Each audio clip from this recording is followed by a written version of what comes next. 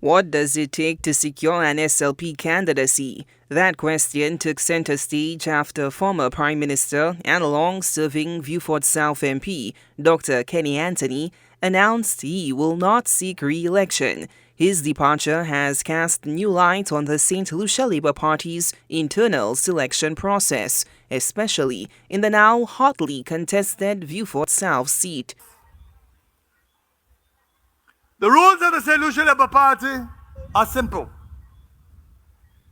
The constituency executive is required to send out an invitation at the behest of the party to identify those persons who are interested in being candidates. This can be done even though you have a sitting parliamentarian, as happened in my case. Then at some point, on a signal given by the party, the constituency executive is required to interview the candidates, assess them, and rank them. In other words, the executive is to say who in their opinion is the number one candidate, who is number two, who is number three, and then number four. According to Dr. Anthony, the names, as ranked, are then forwarded to the SLP's selection committee for interview purposes. The selection committee then recommends its candidate of choice to the political leader, in this instance, Philip J. Pierre, and he will have the final say. Sometimes, if the selection committee is deeply split, it may decide to resort to other tools to determine who is the preferred candidate.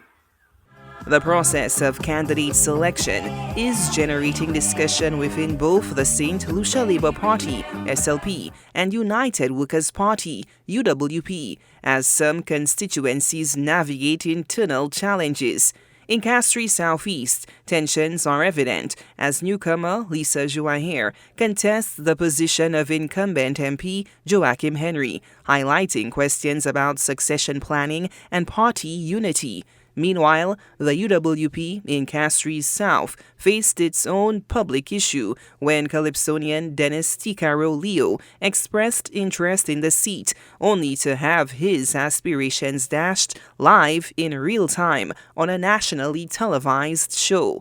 Also, the nomination fee row in ancillary canneries involving Elwyn St. Rose. These instances underscore the often complex internal dynamics that shape the final candidate list before the general election. And I want to make it clear that I have no desire to be involved.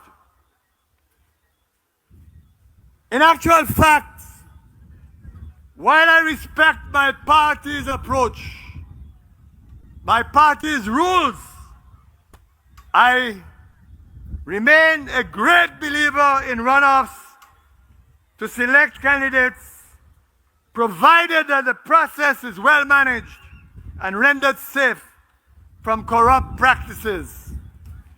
I'm not saying anything new here. I am on record.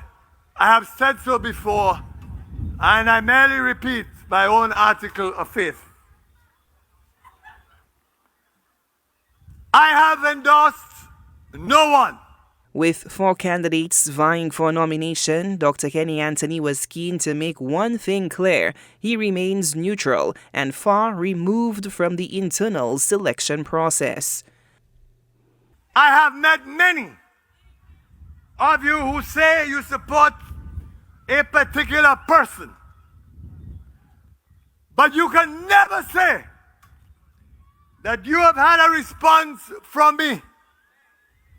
No one, none of you can ever say that I've asked you to support X or Y candidate. No matter what you think about me, what even the candidates think about me. But none of you can testify that I have asked you ever to support any particular candidate. The road to nomination is proving almost as intense as the race to the polls. As Dr. Kenny Anthony steps aside, the question remains, will the parties emerge united or divided when the final slates are announced? Solange Alfred, HTS News Force.